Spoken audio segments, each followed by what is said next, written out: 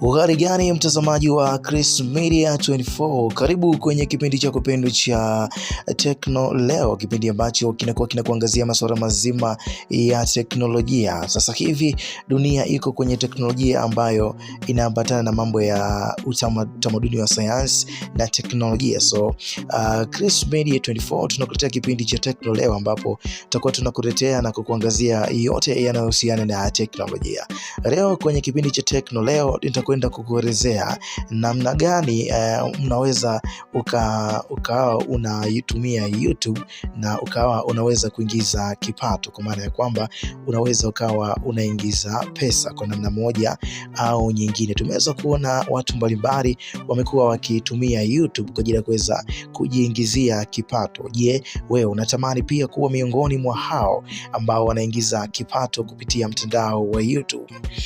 Fuatana na mimi kuanzia hapa mpaka mwisho, ambapo nakuwa na kuelekeza vitu gani muhimu unatakiwa kuviweka au kuvizingatia ili kuhakikisha kwamba unafikia vigezo vya kuweza kulipwa na mtandao wa YouTube. Kwa wasanii, waigizaji, content creators na watu mbalimbali ambao wamekuwa wakinufaika na mtandao huu, wana mengi ya kusimulia kutokana na hichi ambacho kinaendelea. Cha kwanza kabisa, ili kuweze kulipwa na mtandao wa YouTube, unatakiwa kuwa na YouTube kwanza, YouTube yenyewe, then utaifungua YouTube channel ambayo utaipatia jina lako kutokana na kazi ambayo unakuwa unaifanya katika mtandao wa YouTube. Kama wewe ni msanii, basi utakuwa na jina lako la kisanii ambalo utaenda kulitumia. Kwa mfano Diamond anatumia Diamond Platnumz anatumia huko, lakini pia kama wewe ni comedians, basi tumia jina la comedians wako au uchekeshaji wako katika mtandao wa YouTube, ambalo litakuwa linakuonyesha sasa mimi ni mtu fulani ambaye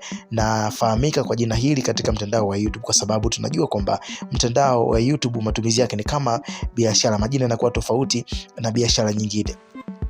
Kitu cha kwanza, ukishafungua YouTube channel yako, unatengeneza jina lako halisi, jina ambalo utaenda kulitumia. Kinachofuata, vigezo ambavyo vitakufanikisha sasa ili wewe uweze kulipwa kuingia kwenye group la watu ambao wanaingiza pesa kwenye mtandao wa YouTube. Cha kwanza kabisa, unatakiwa kufikisha subscribers 1000.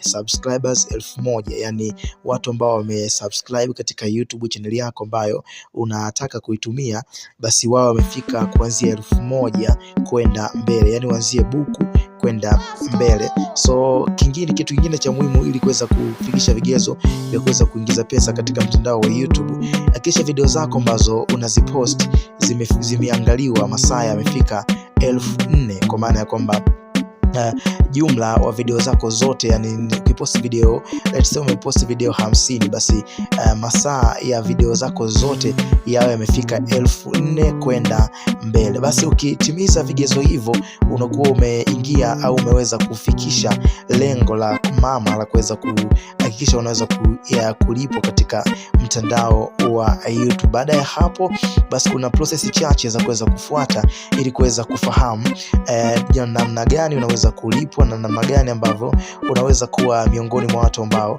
wanaweza kuingiza pesa katika mtandao wa YouTube.